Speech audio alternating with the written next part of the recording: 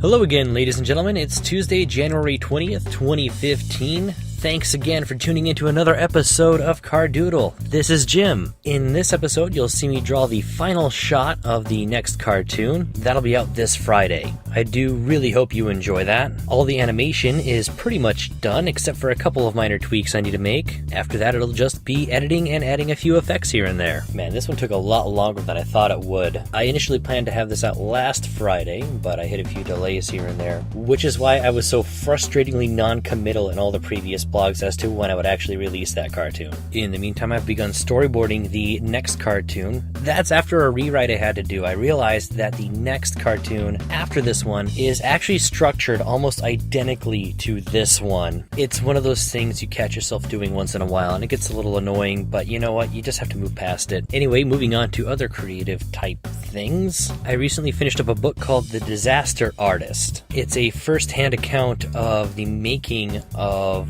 a movie called The Room, directed by Mr. Tommy Wiseau. If you haven't seen The Room, it is simultaneously the worst and best movie you probably ever see in your life. The acting is just awful, the script makes almost no sense, there are characters that pop in and out that have no significance to the plot at all. If you haven't seen it already, I highly recommend it. It's definitely not for the kids though. Just for some context, there are about 3 love scenes in the first 10 minutes of this movie. The whole thing was basically a vanity project for the director, and his vision of what makes a good movie is just so bizarre. It breaks every rule of cinema, but not in a good way. Like, the only rule it follows is the fact that there are characters on the screen and they do things sometimes. So the book was interesting, not just because it showed how truly bizarre and disorganized and crazy the production of The Room was, as well as the insights into Tommy Wiseau's honestly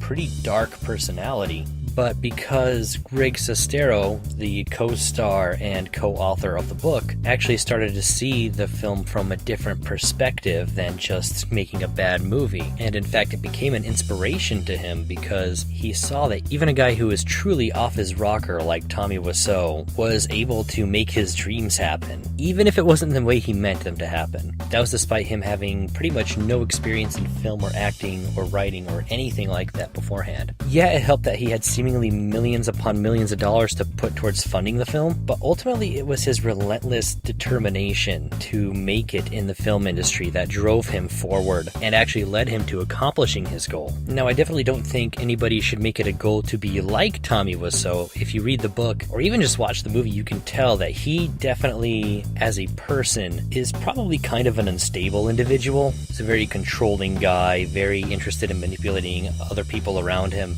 but I think it is a bit inspiring that no matter how many people around him told him that his production was doomed, and by all accounts it should have been doomed, he went on to make a movie that, for better or for worse, has an impact on people. And I think that's what every storyteller ultimately wants, to have some kind of impact on people, even if it's an unintentional impact. I guess ultimately the lesson to be learned from a story like Tommy Wiseau's is that it doesn't matter if you are the most skilled person in the whole world. It doesn't matter if you have all these resources at your fingertips.